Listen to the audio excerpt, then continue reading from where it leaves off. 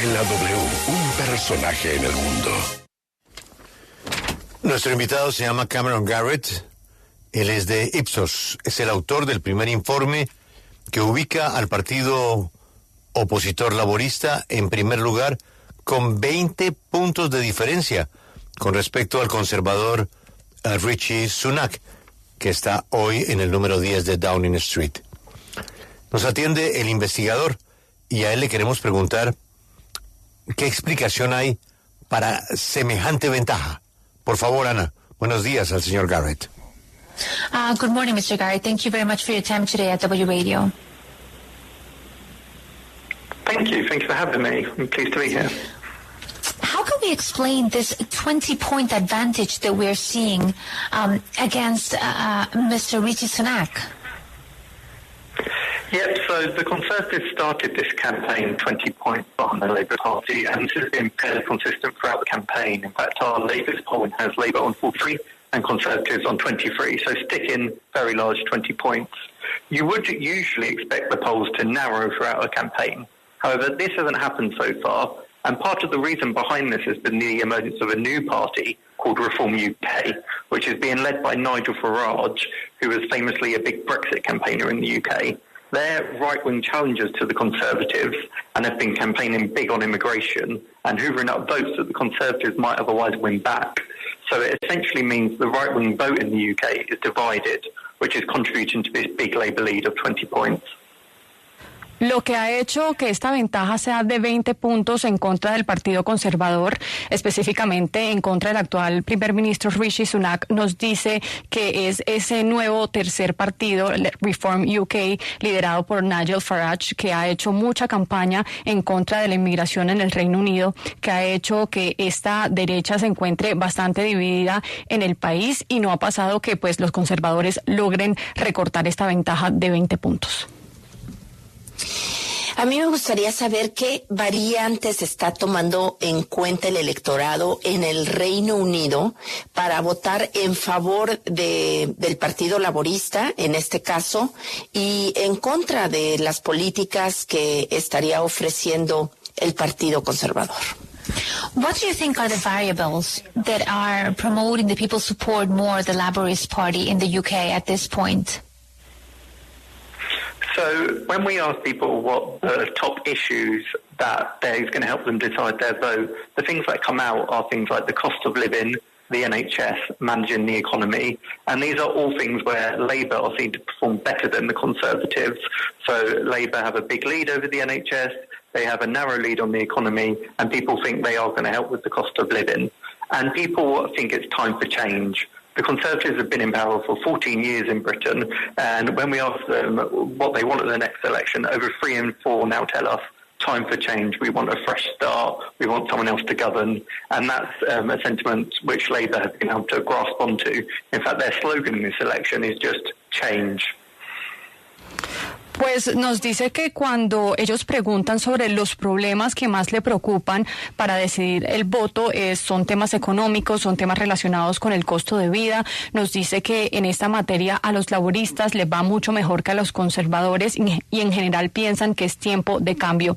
Nos dice que ya los conservadores llevan alrededor de 14 años en el poder y por eso consideran que es el tiempo de cambio, que de hecho es el eslogan de los laboristas en este momento. Así que todos estos temas económicos, digamos que favorece más a los laboristas que a los conservadores.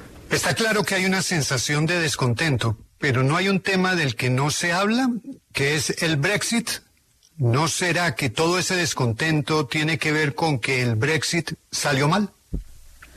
Of course, that we know that, part of the population is not happy with several issues like you mentioned.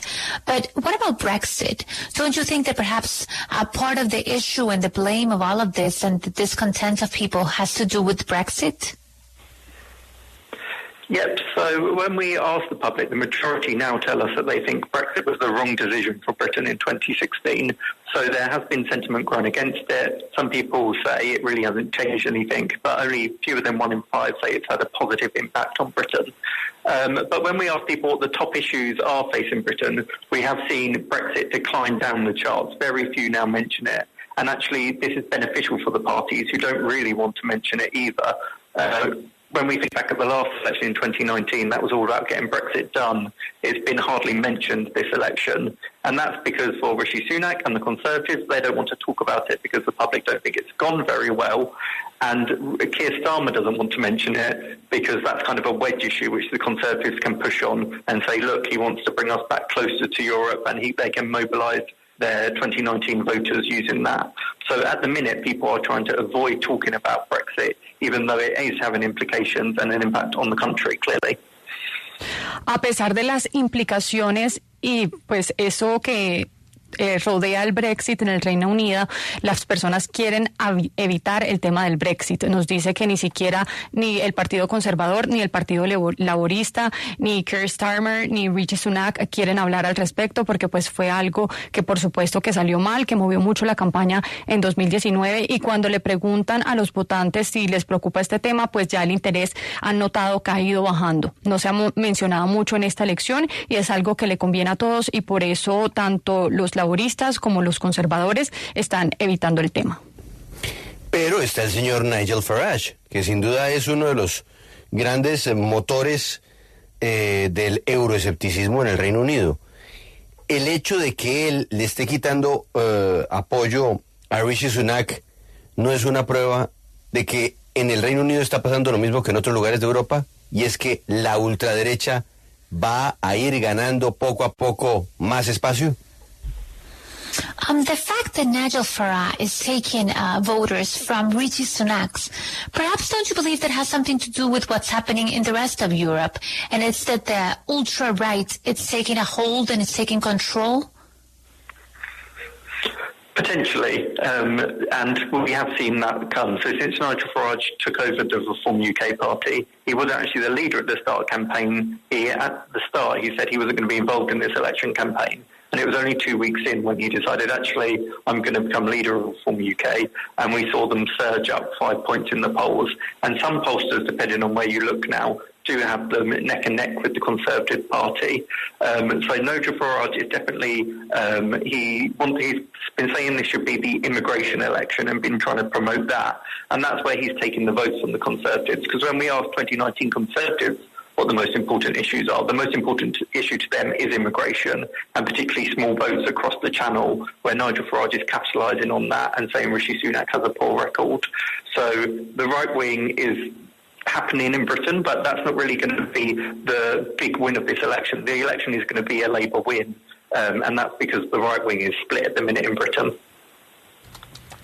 Pues él dice que potencialmente sí, Nigel Farage, desde que asumió esa campaña para Reform UK, ha hecho que suban en los votos, pero nos dice que aún así este triunfo va a ser para los laboristas, y es porque la extrema derecha o la derecha en el Reino Unido está dividida. Nos dice que eso es lo que está haciendo a los laboristas tan fuertes en este momento. Nigel Farage ha centrado su campaña en el tema de la inmigración, ha dicho que es una elección alrededor de la inmigración, y es ahí en donde le quita esos votos a los conservadores. Entonces, digamos que sí es muy importante el tema de la extrema derecha, pero lo vital acá es que está dividida, y por eso los laboristas están liderando en estas encuestas. Para nuestro invitado, ¿cuánto impacto o cuánto ha podido afectar el escándalo de las apuestas sobre la fecha electoral para la campaña de Rishi Sunak? How much do you believe that it has affected the depths about the election date and the Rishi Sunak election profile? So I think the problem with the Conservative Party at the minute is their brand is very poor. People don't like them very much, and that kind of started with when Liz Truss became Prime Minister, and it's fallen since then. And their time in Parliament since 2019 has been mired with scandal after Boris Johnson and Partygate, and things following other scandals since then. And I think the betting about the election date is kind of adding on to that issue, that these they're kind of this image of sleaze around the Conservative Party, and thinking they've been in power for too long and have kind of lost focus on what they should be doing in government. And I think it's just adding to this discontent within the country that it's time for change and there needs to be a new government, essentially. So I don't think it's necessarily swaying votes, because the Conservatives are very low, as they already are at the minute, but it's just adding to this feeling of discontent. Pues él cree que más que todo ha sumado a esa imagen o sensación de descontento que hay en el Reino Unido, porque nos dice que ya los conservadores llevan mucho tiempo en el poder, entonces llevan mucho tiempo, digamos, construyendo esta mala imagen dentro del pueblo, dentro de la gente en el Reino Unido, entonces ya han ido bajando en las encuestas desde que Liz Truss asumió como primer ministro. Nos dice que a esos han seguido muchos escándalos como el Partygate y todo eso va sumando a su problema de imagen. El Partido Conservador no es muy querido en este momento, a la gente no le gusta y él cree que pues lo que hace más bien es agregar al descontento, más no influir porque pues ya iba muy bajito en las encuestas. Algunas encuestas indican que el primer ministro Rishi Sunak podría perder incluso su propia curul en su distrito electoral. ¿Ipsos puede confirmar estos mismos datos? Some polls say that Prime Minister Rishi Sunak could even lose in his own district, his position in his own district. Does Ipsos agree with this hypothesis? Yep, so Rishi Sunak's seat is a place called Richmond in Yorkshire, North England. And in 2019, the last election in the UK, he had a 47-point lead over the Labour Party, so a majority of 27,000. As you say, some polling are indicating he could narrowly lose this seat, but these are worst-case scenarios. Ipsos's own polling have him narrowly holding on, but what all polls can agree is that his 47-point lead is going to be greatly reduced. I think Rishi Sunak will avoid becoming the first ever Prime Minister to lose his seat in a general election, but that's not necessarily guaranteed, which I appreciate might not be a very satisfying answer. There are reports of Rishi Sunak being personally seen campaigning around his seat, which is surprising given the size of his majority. And I think the fact that this is even a discussion is astounding and shows the depth of the challenges facing the Conservatives at the minute. And whilst we do have Rishi Sunak clinging on, we do have some other cabinet ministers, such as Penny Mordaunt, Grant Shapps, high-profile Conservatives such as Jacob Rees-Mogg losing their seat. So there are going to be some big blows on the night. We don't expect Rishi Sunak to lose it, but the polling is very close, so we'll have to wait and see. No esperan que Rishi Sunak pierda su propio distrito o su posición. Nos dice que ese es como el peor escenario que se ha visto alrededor de las encuestas, pero nos dice que ha tratado de hacer diferentes campañas para ganar su asiento y otros conservadores de alto nivel también se espera que pierdan dentro de estas encuestas, así que el panorama no es muy positivo para los conservadores, aunque él no cree que Rishi Sunak vaya a perder su posición. ¿Pueden bajar de los 100 parlamentarios los Tories, los conservadores, y perder incluso el segundo lugar como fuerza política en el Reino Unido? Could the Conservative Party even go below 100 seats and lose their position as the second party in the country? So there is some MRP modelling. An MRP model is basically a very large survey with a very big sample size, around at least 20,000, and they predict constituency seats. And there are some MRP models out there which have them below 100 seats. Ipsos's own MRP model has them on 115 seats versus the Labour on 453. So 115 has them still in the three digits, but it is worth stressing that would be the Conservatives' worst electoral performance since 1906, even worse than that. Which nearly saw them wiped out across the country. So even when we're talking about low three digits being a good result, that gives an indication of the position they're in. Now, as I said, some do have them in single digits. I think it's unlikely that they will lose their position as one of the two main parties because you would really need to see, in a first-past-the-post system, they're most likely to lose that to the Lib Dems, and we're not seeing the Lib Dems gathering enough support across the country in these pollings to win more than them. So I think they're going to be heavily reduced, but I don't think we'll enter the realms of them being replaced as the second largest party. Mr. Garrett, thank you very much for your time. Thank you. Hay que recordar que esta empresa líder de estudios de opinión fue fundada en París en 1975. Las elecciones en el Reino Unido serán el 4 de julio. Todo parecería estar alineado para el señor Farage, ¿Qué dijo al final, Grace? Bueno, él señala que cree que es improbable que pierdan su posición como uno de los dos partidos principales en el Reino Unido. Nos dice que sí va a reducir los escaños de manera considerable, lo cual es bastante preocupante porque podría ser el peor resultado desde 1907 de los conservadores, pero no cree que baje de esas 100 sillas el Partido Conservador, no cree que llegue hasta allá, aunque hay algunos encuestas, digamos, que señalan los escenarios más, digamos, los peores escenarios que puede tener el Partido Conservador.